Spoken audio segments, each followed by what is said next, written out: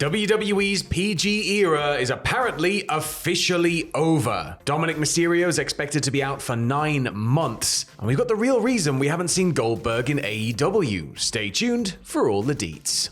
So some news we've already touched on here coming out of Monday Night Raw this week. Dominik Mysterio was set to team up with JD McDonough against Andrade and Ricochet, but instead of appearing in that match, he appeared on the show in a sling, and he was replaced in the match by Santos Escobar. Got a lot of people talking immediately about the potential of the injury. The injury is apparently legitimate, and the Wrestling Observer are now reporting that he needs to undergo surgery. Yes, so sort of as Sam said there, Dominik Mysterio has had an elbow injury. It apparently happened at the 15th of April match with Andrade and was described to us as a freak accident. He will be undergoing Tommy John surgery on his elbow, which for a baseball pitcher means at least 9 months out.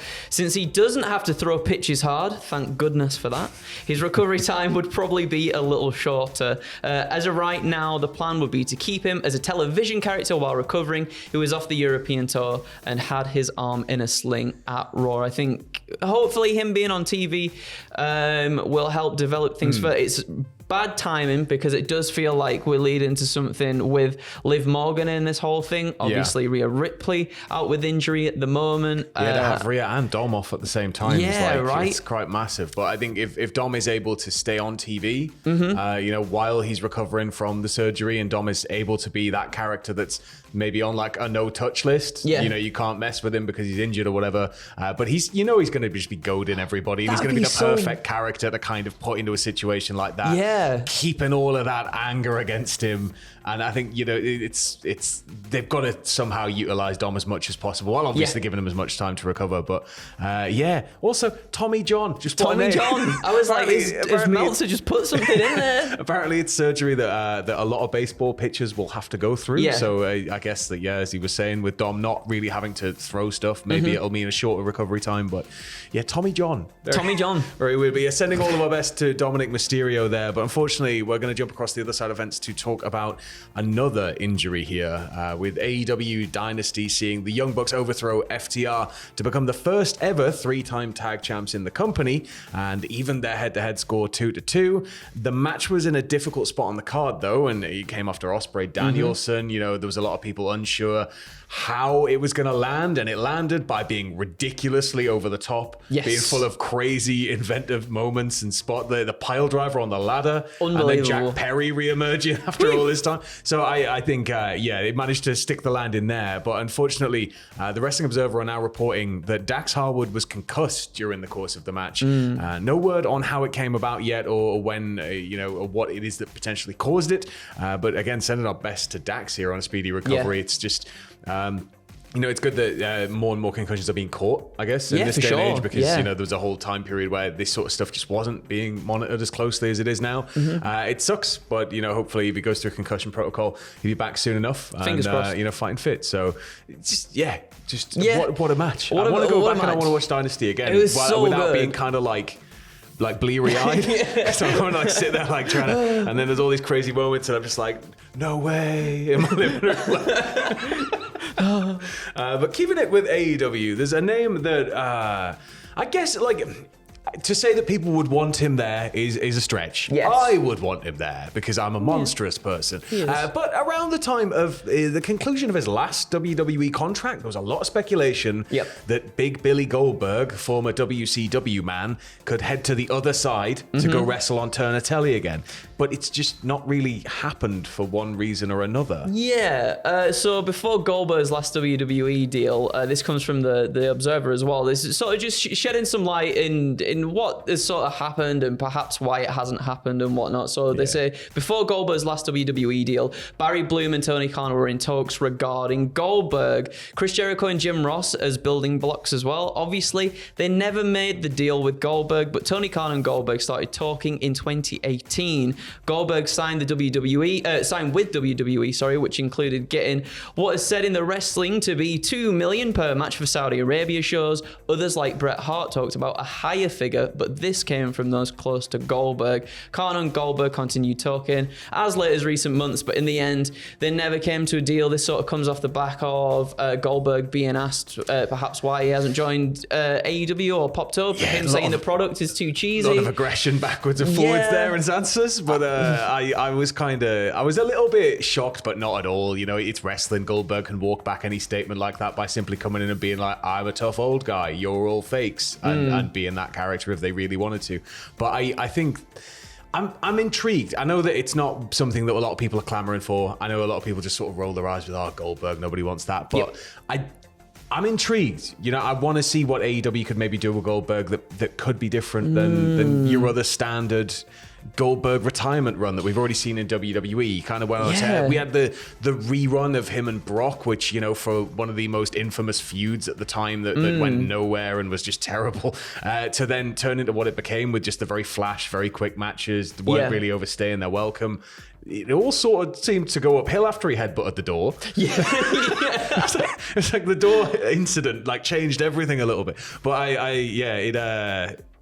it's colour me. I mean, I don't know. I'm intrigued. Maybe at one point I maybe would have been intrigued about Chris Jericho.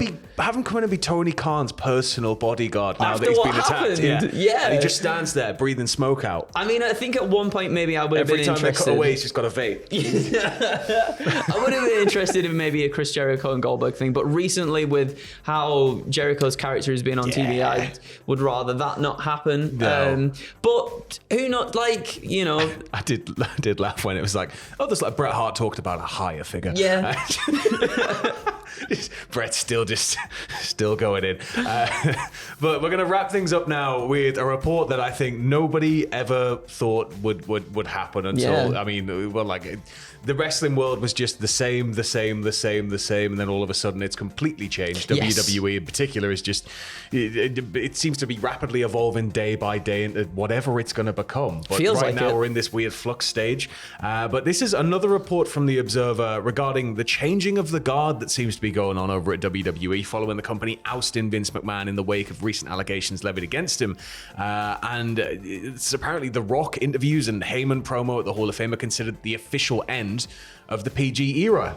Now, this isn't to say, apparently, that the TV shows are going to be changing. Dave guesses that a decision will be made at the end of the year when Raw goes to Netflix and NXT to CW, and it'll be based on what those broadcasters want, probably, and also what sponsors will be comfortable with, probably. But he went on to say... the attempts to keep things PG in the big picture, which have been a big thing to the point of the memo being sent out about it several weeks back, such as in social media or in non-television shows, is now no longer the case. Now, Paul Heyman's Hall of Fame speech actually set records for social media viewing figures for the Hall of Fame speeches, and that was intended to be as well like a spiritual closing of the book by WWE for ECW. So yes, all this PG era stuff might be maybe coming to a close, but like everything that sort of happened surrounding the Hall of Fame, at least anyway, was more of a closing of the chapter for Paul Heyman and ECW, I guess. Yeah, and he went on to say that there was a lot of thought put into that, obviously, as there would be, with it being Philly,